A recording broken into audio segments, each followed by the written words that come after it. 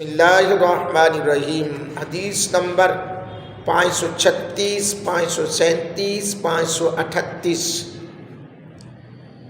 نماز کے دوران ادھر ادھر دیکھنا یہ بڑی عجیب حرکت ہے، اس سے بچنا چاہیے۔ ایک حدیث ملتی ہے اس بارے میں، لیکن گردن موڑ کر میں دیکھنا تو نماز کو توڑ دیتا ہے۔ آئیے ضرور سماعت فرمائیں، اس سے بڑا فائدہ ہوگا انشاءاللہ۔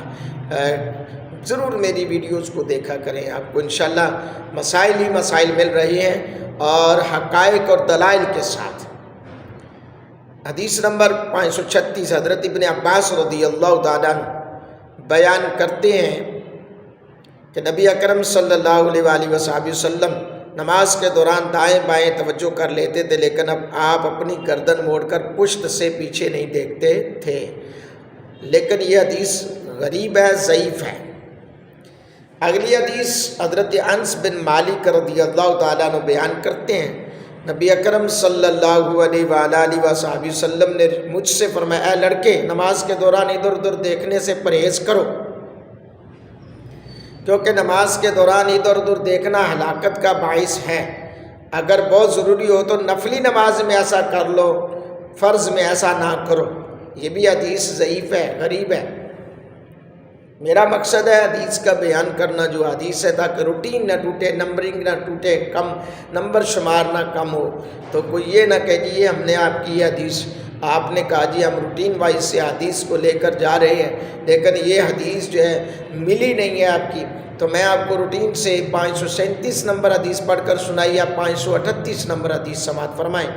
سیدہ اماں عائشہ الصدیقہ رضی اللہ تعالیٰ عنہ بیان کرتی ہیں، میں نے نبی اکرم صلی اللہ علیہ وآلہ وسلم سے نماز کے دوران ادھر ادھر دیکھنے کے بارے میں پوچھا، تو آپ نے فرمایا یہ اچکنا ہے، شیطان اس کے ذریعے آدمی کی نماز کو اچک لیتا ہے۔ یہ بھی حدیث بہرحال ضعیف ہے۔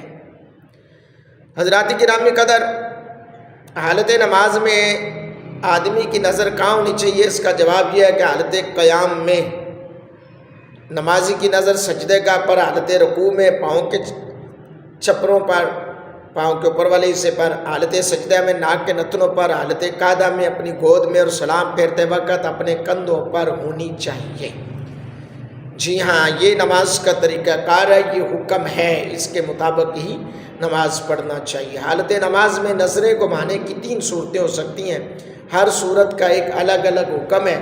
آئیے پہلی صورت، نمازی اپنا چہرہ گھمائے بغیر اپنی آنکھوں کی کنگھیوں سے ادھر ادھر دائیں یا بائیں جانب یا اپنے سامنے کی سمت دور تک بلا ضرورت دیکھے تو یہ مکروہ ہے، نماز ہو جائے گی لیکن مکروہ ہے۔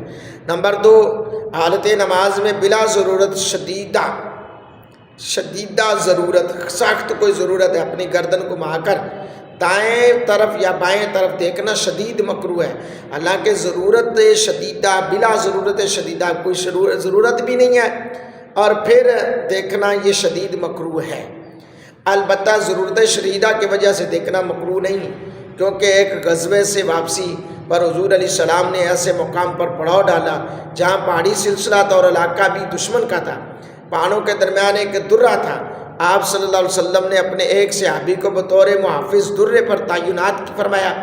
صبح صادق ہونے پر اذان ہوئی، لیکن وہ صحابی واپس نہ پلٹے۔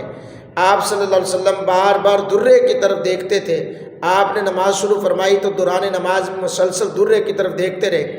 نماز سے فارغ ہو کر آپ نے صحابہ کو خوشخبری سنائی کہ ہمارا محافظ واپس آ رہا ہے۔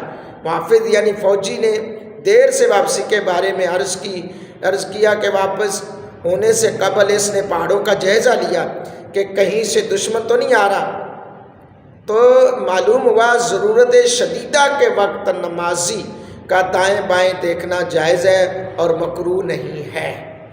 تیسری صورت ہے، حالت نماز میں کوئی شخص اپنا سینہ گھما کر دائیں بائیں دیکھے تو نماز ٹوٹ جائے گی، کیونکہ استقبال قبلہ شرط نماز ہے، اور شرط مفقود ہونے سے، ختم ہونے سے نماز ٹوٹ جاتی ہے۔